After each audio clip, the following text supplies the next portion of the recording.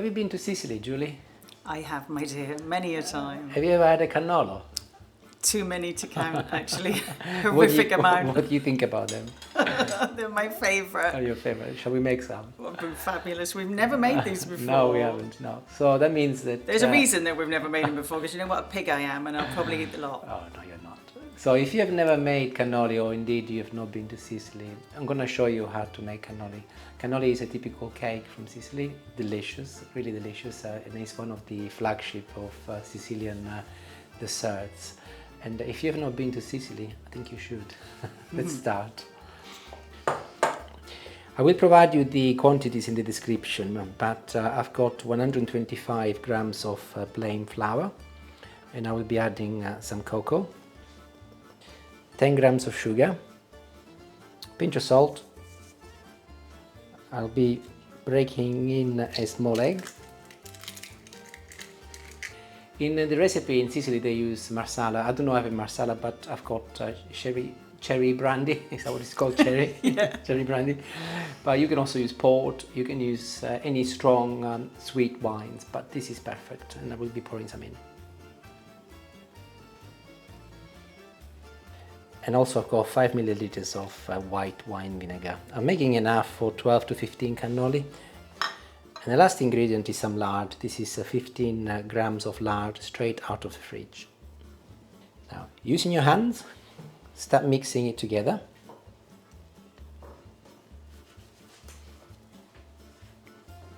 Once it's in a state that it can be handled without the bowl, you just put it on your worktop and continue massaging it using your hands.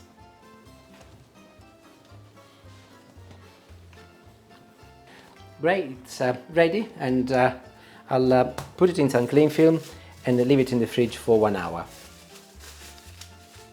After 1 hour, I've left it at room temperature for a further half an hour, and it is now ready to be rolled. I put a little flour on my worktop, and using my fingers, I'll make a little round shape.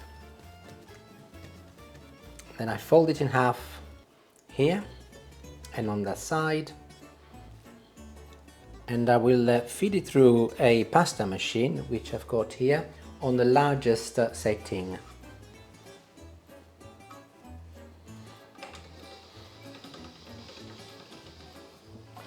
If you do not have a pasta machine, I think you should get one. No, but if you do not have a pasta machine, you can actually do this with a roll. But Rolling pin. A rolling pin, yes. But do follow my principle, even if you do it with a rolling pin. So then you fold it in half. You do this 3 or 4 times, and you feed it through again.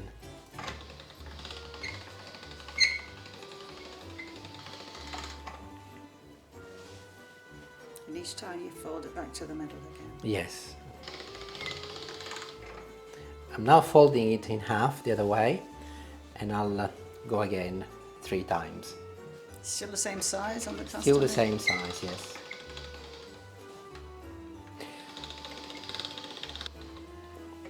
Perfect. So I've cut it in half, and I will now be feeding it through my machine. In my case, I've got number 5 here, which should be approximately between 0.5 millimeter and 1 millimeter thick, and I will put it through. Every time you change the setting, you put it through 3 times.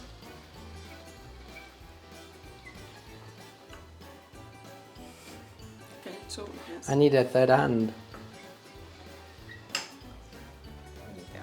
You pull, no hold. Wow. Look at the length of that. I know. Next, I'll be cutting them into 10 centimeter squares. So just cut them roughly 10 centimeters each square. And then next we will be making the shape of the cannoli. I will be using these cylinders here. They're metal cylinders which I have made with a pipe, but you can easily buy them online. So get a little square in your hand and put one of your metal cylinders on top of it. Bend it over. Dip a brush in some egg and just gently put on one of the ends and fold it on and seal it.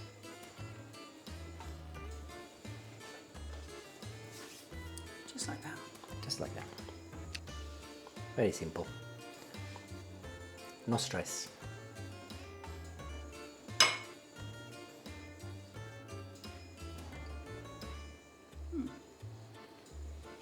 So we've got some vegetable oil which has been heating up. I've got a small amount because I will be doing one at a time. This is approximately 600 milliliters. Temperature is 180 degrees. So just gently lift in your cannolo. And it should take approximately 1 minute as long as the temperature is 180 degrees. Once it reaches a nice golden color like this, it's time to come out. So this actually was in for 50 seconds. So you can see it's not that difficult.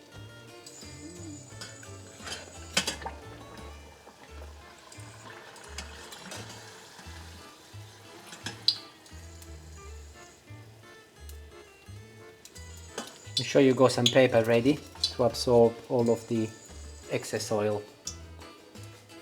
So they've been out now for 5 minutes, and before I can carry on I need to obviously remove the cylinder. And what I do, I get hold of the cannolo gently and start twisting these, and then just get it out effectively, and then it should just slide out nicely. And this is ready for my next batch. There it is, looking quite pretty. And there it is, the last one. Let's have a look at them. So we've managed to make 16. I will leave them overnight in a dry place, and then tomorrow I will fill them up. So see you tomorrow. I made some ricotta yesterday morning. If you make your own ricotta, like I do, make sure that you make it the day before, because leave it in the fridge overnight and it will allow for all of the juices to effectively go away. Regardless if you buy ricotta or if you make your own, make sure that you don't do that. make sure that you sieve it, and especially if you're making cannoli, because you want it to be nice and fluffy.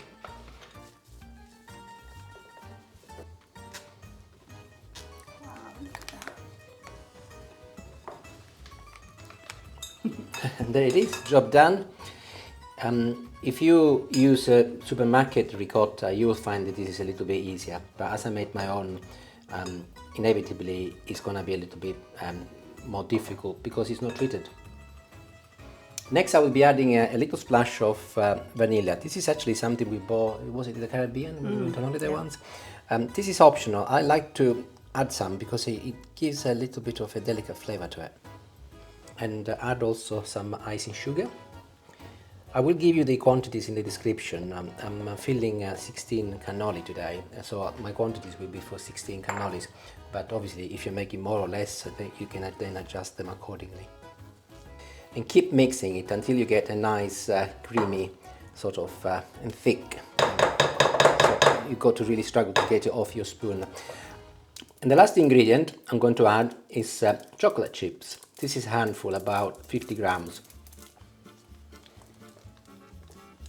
Moving on to the trimmings now, and I've got a handful of pistachios which I've just shelled. Ironically, it's the most tedious job of the recipe, and I'm going to be putting them in a blender. These are non-salted, so make sure that you buy the right ones. And I'm going to be pouring them in a little shallow plate, ready for later. So place your piping bag halfway through to the cannolo and squeeze, and make sure that you fill every gap.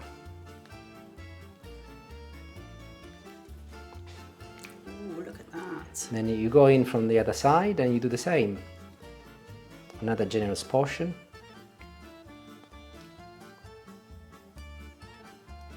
Traditionally in Sicily, one of the key trimmings is ground pistachios, which I've got here now. So quite like that.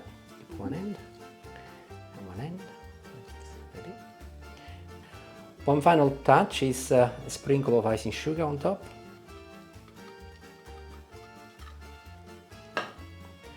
Let's have a look at that. And it's ready. That looks really good. Almost done. there.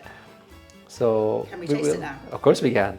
I'm literally Salivating, I know you are. indeed. And I don't think there is anybody better qualified to taste this than Julie. So there you go. You have a go, Wow. Julie. This is not going to be elegant, everyone. Sorry about this.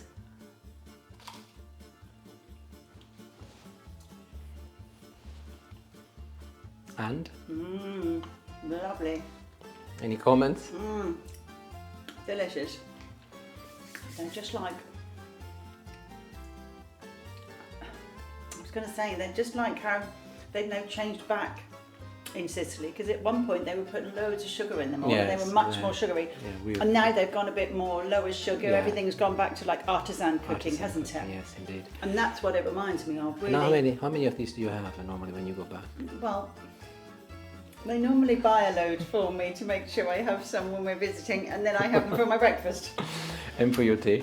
And And, afternoon snack. What about the one you have at the airport before we leave? And we, yeah, it's true, it's true. Anyway, I'll have a try, of course.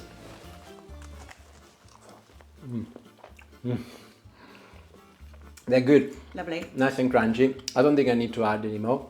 No. I think you should try it. Definitely make them at the very least once, and if not, go to Sicily and try them in there. We'll make them again, definitely. We'll make them again. Thank you. Thank you very much, and hope you enjoyed the video. And please try them. Ciao ciao for now. Bye bye. Arrivederci.